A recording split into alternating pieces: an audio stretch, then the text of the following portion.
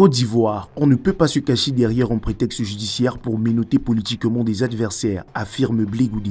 Mesdames et messieurs, bienvenue sur Peter Panafricain. Si vous êtes nouveau sur la chaîne, abonnez-vous, activez la cloche de notification pour toujours être à la une de l'actualité et vous avez également la possibilité de partager vos avis dans les commentaires.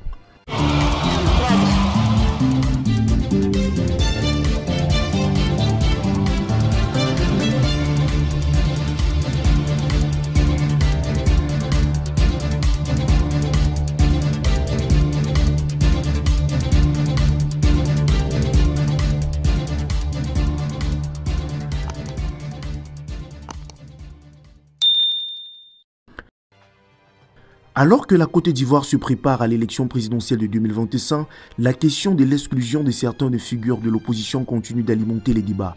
Parmi elles, Charles Blé Goudé, président du Congrès panafricain pour la justice et l'égalité des peuples, s'est exprimé lors d'un entretien avec Jeune Afrique sur la situation qui l'empêche ainsi que d'autres leaders de participer au scrutin.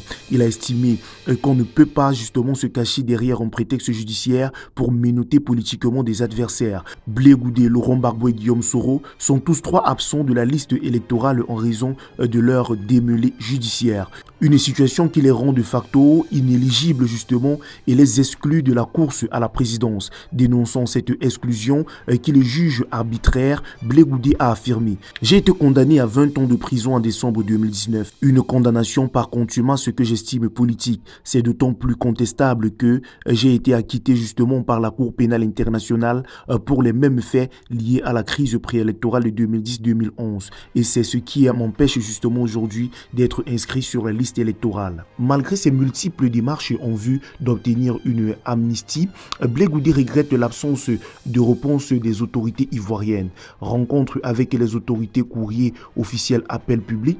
J'ai multiplié les initiatives. J'ai également saisi les institutions internationales, notamment le Conseil des droits de l'homme de l'ONU à Genève et l'Union européenne, a-t-il expliqué. L'ancien ministre de la Jeunesse sous Laurent Gbagbo dénonce un usage politique de la justice pour écarter des candidats potentiels, estimant que cela constitue une menace pour la stabilité du pays.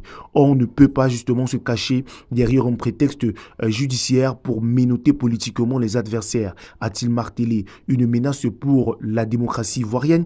C'est la grosse question que nous nous posons également. Le débat sur l'exclusion de certains opposants de la course présidentielle suscite une interrogation sur la transparence du scrutin de 2025. Pour Blé Goudé, la situation actuelle risque de fragiliser davantage la démocratie ivoirienne, alors que le pays a déjà connu des crises post-électorales. Notre pays a déjà payé le prix fort de l'exclusion politique.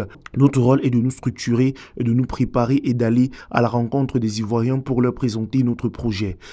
La politique doit répondre aux besoins essentiels des populations, a-t-il conclu. Alors que le processus électoral suit son cours, l'avenir politique de Blé Goudé et de plusieurs autres figures de l'opposition reste incertain. La question de leur réintégration sur la liste électorale pourrait justement devenir un enjeu majeur des mois à venir, d'autant plus que la pression nationale et internationale pourrait influencer les décisions du gouvernement ivoirien. Mesdames et messieurs, si vous avez aimé la vidéo, partagez votre avis en commentaire et surtout n'oubliez pas de vous abonner à la chaîne pour être toujours à la une de l'actualité.